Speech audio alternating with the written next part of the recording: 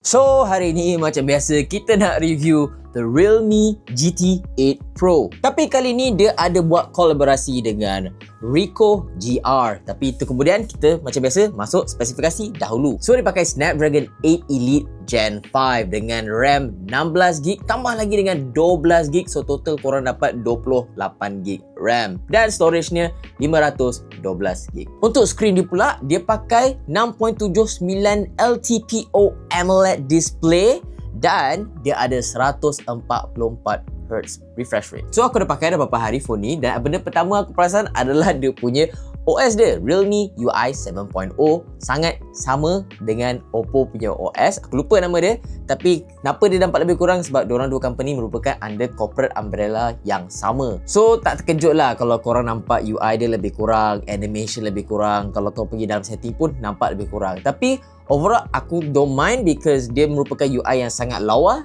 dan sangat senang untuk dipakai. So dari segi performance macam mana? Well, dia pakai the latest Snapdragon, so apa yang korang nak expect, korang campak lah. Mobile Legends, PUBG semua tu macam biasa, tak ada masalah nak run. Dia punya screen pun sangat lawa bila korang layan Netflix, YouTube, scrolling social media. Bagi aku screen dia, performance dia memang tip top. So untuk kamera dia, dia ada 50 megapixel main camera, 200 megapixel periscope, telephoto camera dan 50 megapixel ultra wide. Dan dia ada juga kolaborasi dengan Ricoh GR. So aku dah cuba dah kamera dia dan dia tak menghampakan langsung. Baik korang pakai main camera, telephoto, ultra wide, semua lawa. Tapi the best part about phone ni adalah dia ada kolaborasi dengan Ricoh GR. Dan dia ada satu segmen di mana korang boleh pilih dan dia punya gambar bagi aku sangat estetik. So harga untuk the Realme GT8 Pro dijual pada harga, aku tak tahu pada video ni, korang tengoklah dekat description Dan kita jumpa di video seterusnya. Ciao.